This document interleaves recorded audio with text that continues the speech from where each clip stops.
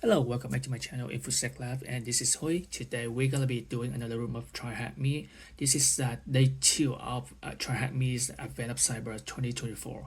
Now this room will cover log analysis, meaning that some blue team operations. Before we dive into this room, there are a few concepts that I want to go over with you. So, which is the true positive and false positives. In a SOC, events from different devices are sent to SIM, which is the single source of truth where all the informations and events are aggregated. A true positive means that an alert contains malicious activities, whereas a false positive doesn't. A false positive alert don't contain any malicious activities. So why is it important to differentiate between the true positive and false positive? Well, the reason is like if we miss a true positive, then we may slip a cyber attack, which may cause harm to the system, to the network, and then to your company. On the other hand, if there are so many false positive, and then we weren't sure, we didn't know that they were false positive, then we may spend a lot of time and resources on those false positives.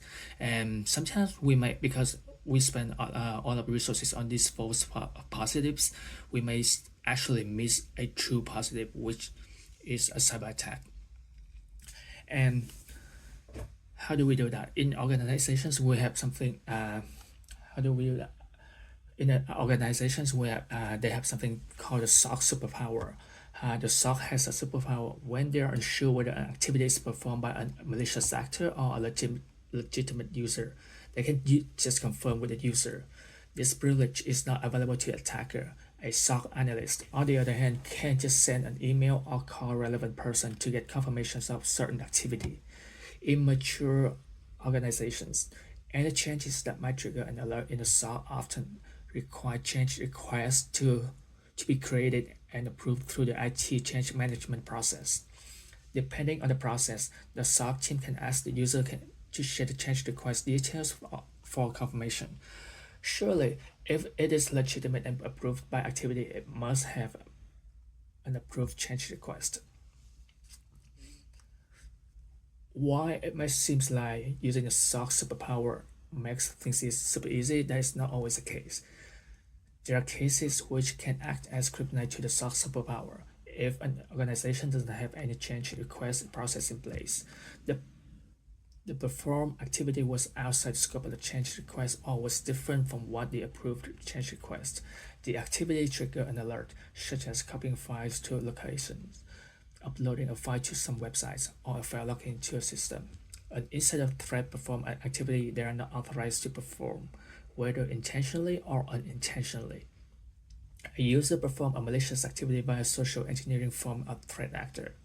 In such scenarios, it is very important for a SOC analyst to understand the concept of the activity and make judgment call based on their analysis skills and security knowledge.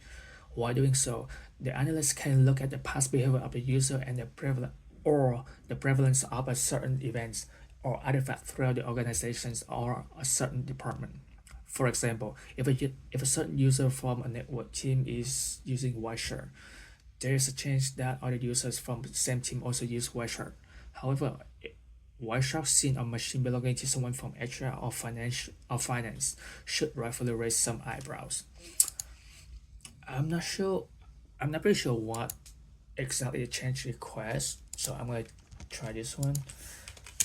Help me explain the change request in a more simple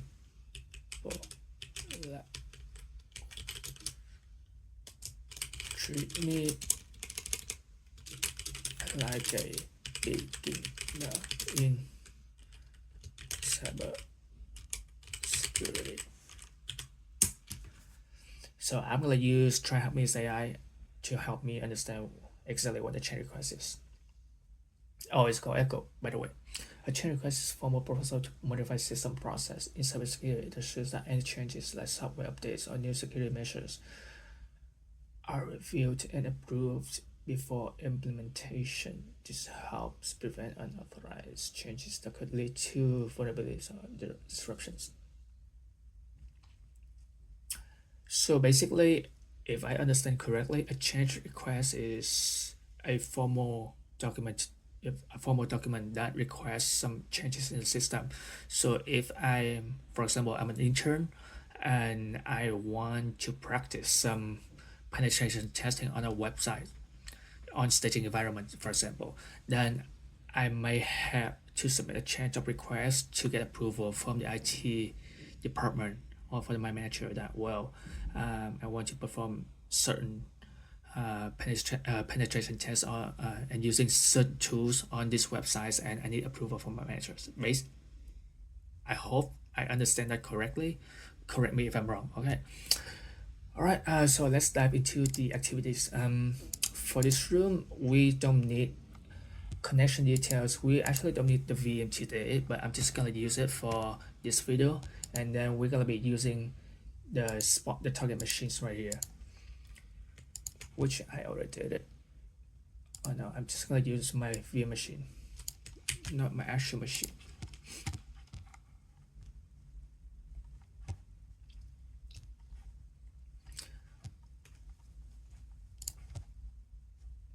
Now, for those of you who don't know yet, Elastic is one of the tools, SIEM tools for gathering logs and gathering and analyzing log events.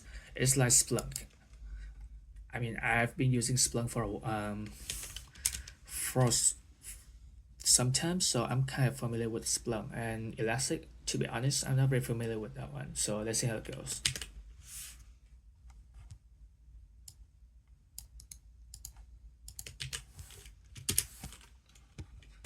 Let's see.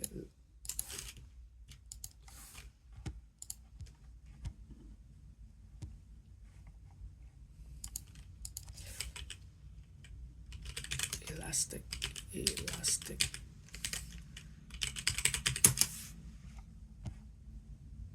Yep.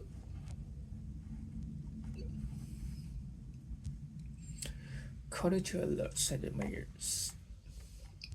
Click the menu on the top left corner, discover to see tab. Okay. We'll lock it right here.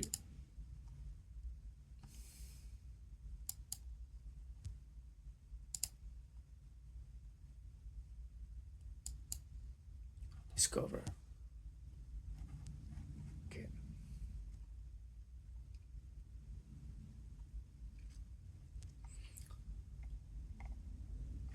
And then we're gonna filter the date. Show dates. According to alert sent by the manager office, activity occurred on December 24th between 9 and 9:30. So let's just do it.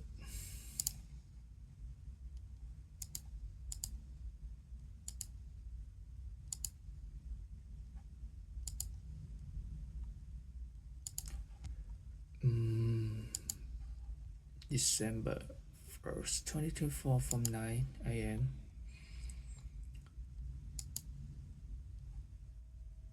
to December 1st, 9:30 a.m. Alright, let's double check. Okay, 9 to 9:30 update. And we should see the log events. After updating settings, we choose 21 events. Yes, we see 21 events. Their current form, these events don't look very easily readable, so we got it filters. And the room tells us to filter by the host name, username, event category, process, command line, and event outcome. So let's just do it.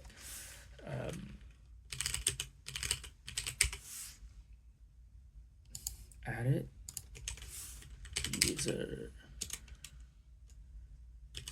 name. Add it. Event.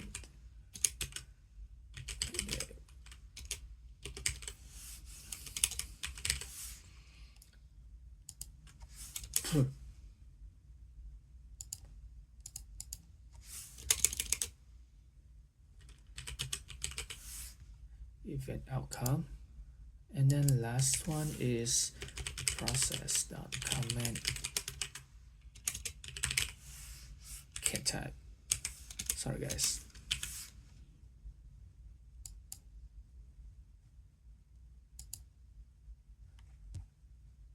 Okay, so now we see everything. We see the host name, we see the username, we see event category, success, event outcome, command line. Okay, so my first instinct is to go right here. We see that it's a command line, executing PowerShell,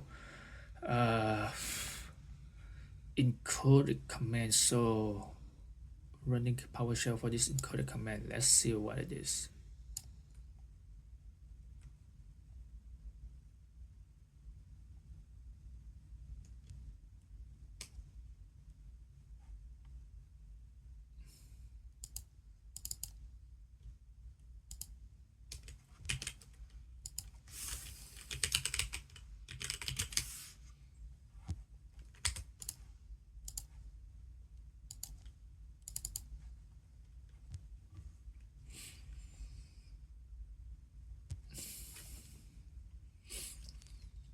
You know what? I'm just gonna use my real browser on my host machine because it's a little bit slow here. So let's just do it. Shouldn't matter.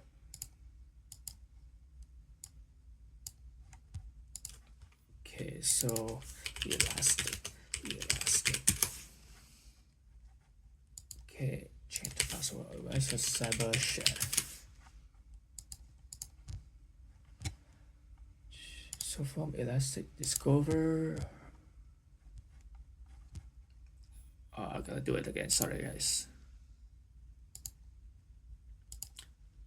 December 1st, 9 a.m. to now. Absolute December 1st, 9:30 update. And then over here, we're gonna be filtering out this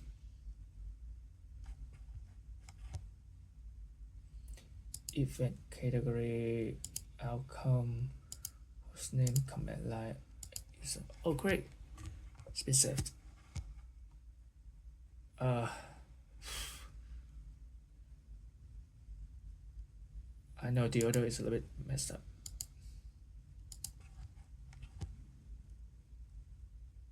Username should be right here.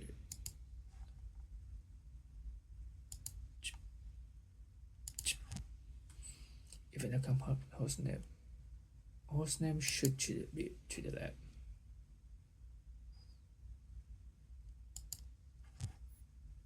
Let's just do it like this.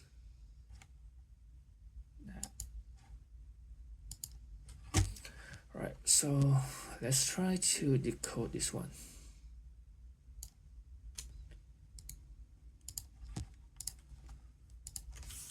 Form base 64. And then I think we're gonna be doing another decode text right here. Since it's base 64 encoded, masquerade want to recipe decode text for the PowerShell. Okay.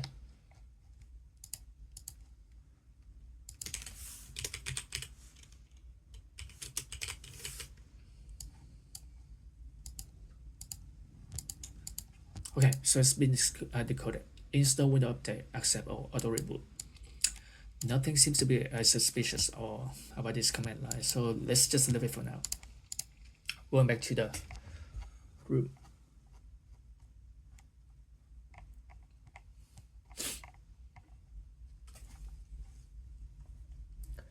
So after filtering these columns,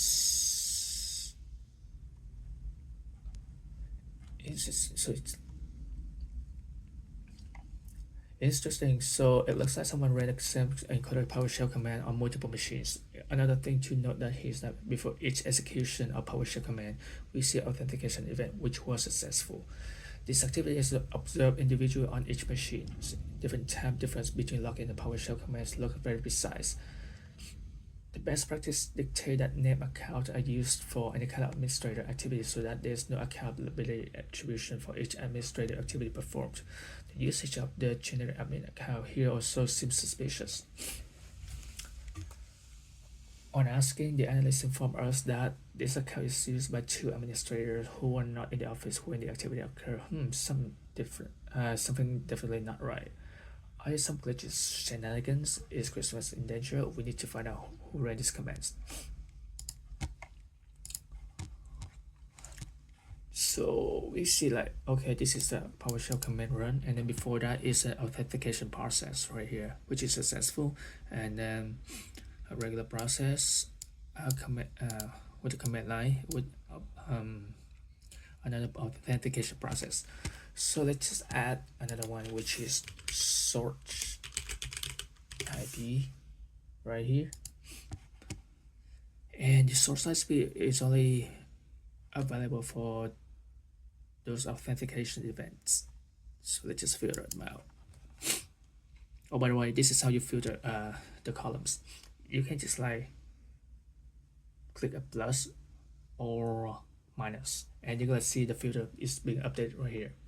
Event category authentication, which is very convenient.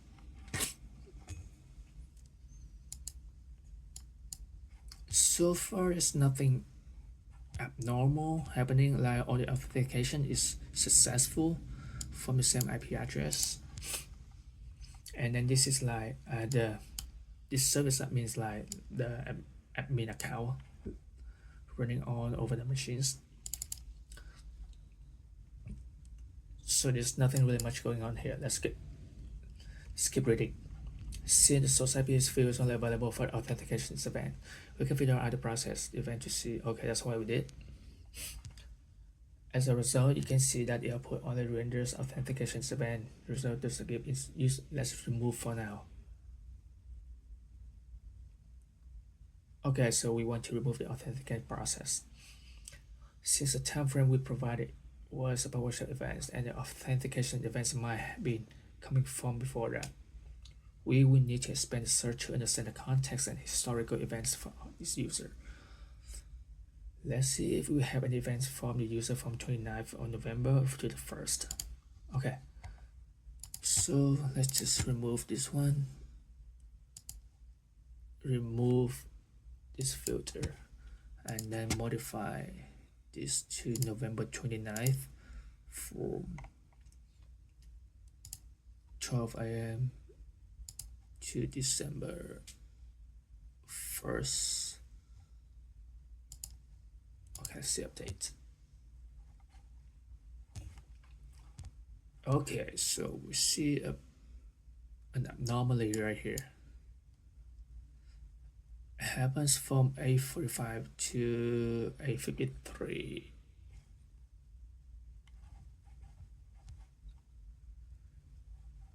This is the process.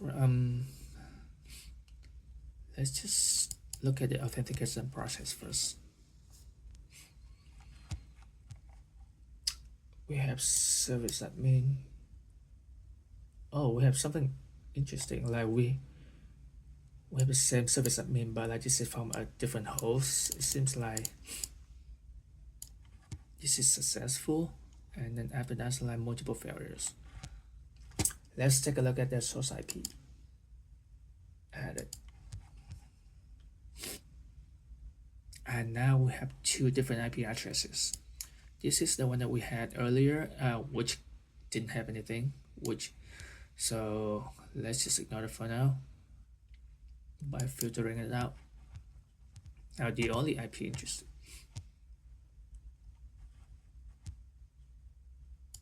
Now the service admin ATM01 authentication process successful.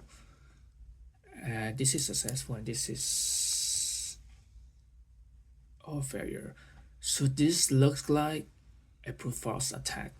Like somebody tried to get into the system by brute forcing username and password, and then eventually the user succeeded at 8:54 right here. So I would assume that the attack actually started at 8:45 right here, which is the very first attack, and then it just like went all the way to 8:53 right here, the last successful login account. So now we have identified suspicious abnormal activities. We need to talk to somebody who has a hold of the account, right? And That's the SOC superpower. You're gonna be in contact with somebody from the IT department to see if anyone is running the script or trying to brute force it. If yes, if there's no one accounts for these activities, then it means that this may be an attack from the outsiders trying to get into the system. But if it's from someone else from the IT department who tries to run some script on the machines, then it is a false positive.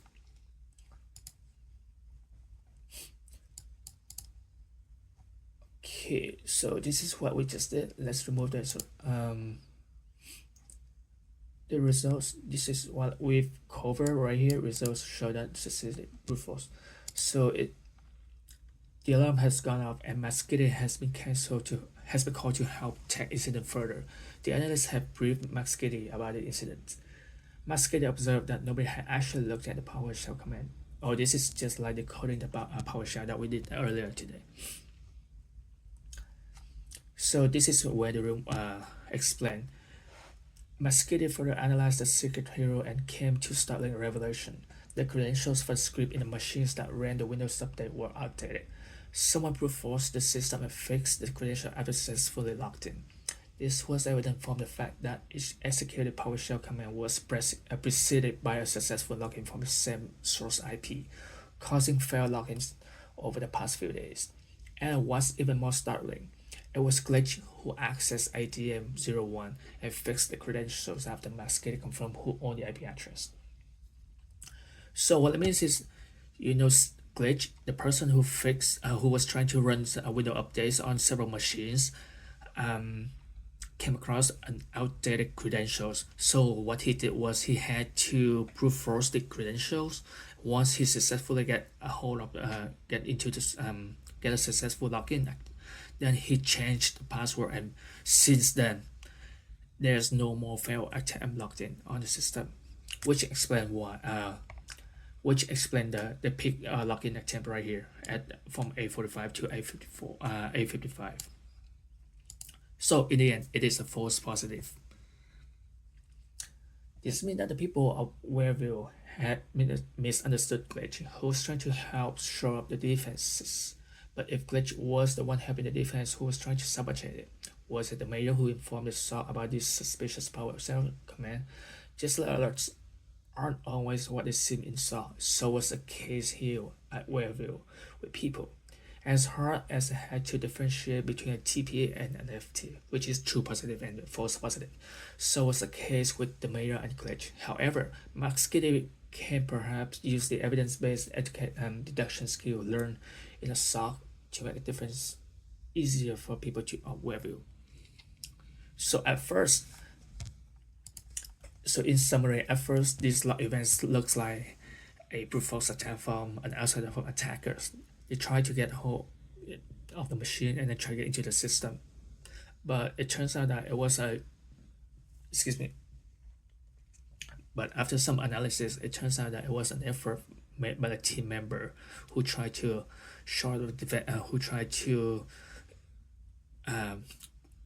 get into the system to update the Windows machines. So that's it for the hopefully my explanation is clear to you. So let's get to the answer to the questions. What is the name of the account causing the failed login? Oh, so that's service admin. How many failed logon attempts were observed? Does it include only from December 1st or from November 29th? So authentication login failed totally. $10.99. Yep. So let's try November 29th.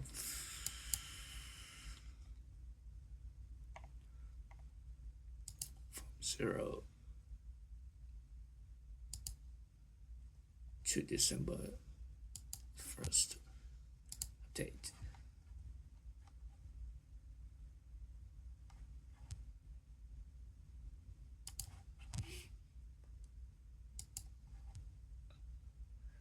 So event category authentication, event outcome not successful. So 6791.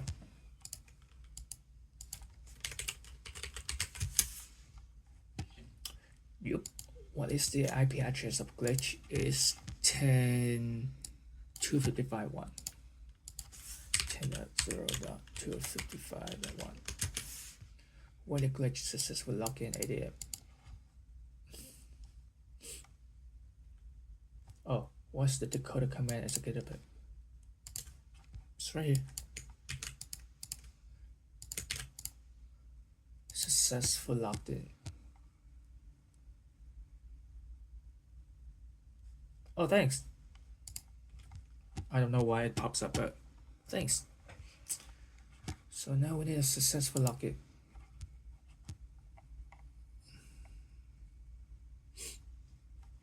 Not this one.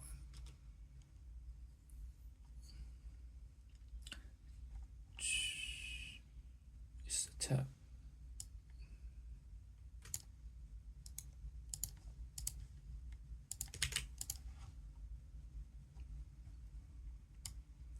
If you enjoyed this task, feel free to check out the room invested in. Okay.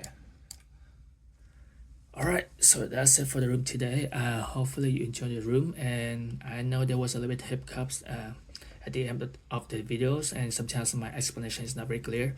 I'm still starting, so if you have any questions or any suggestion on my video, please feel free to comment below. Otherwise, have a good night, and I'll see you next time.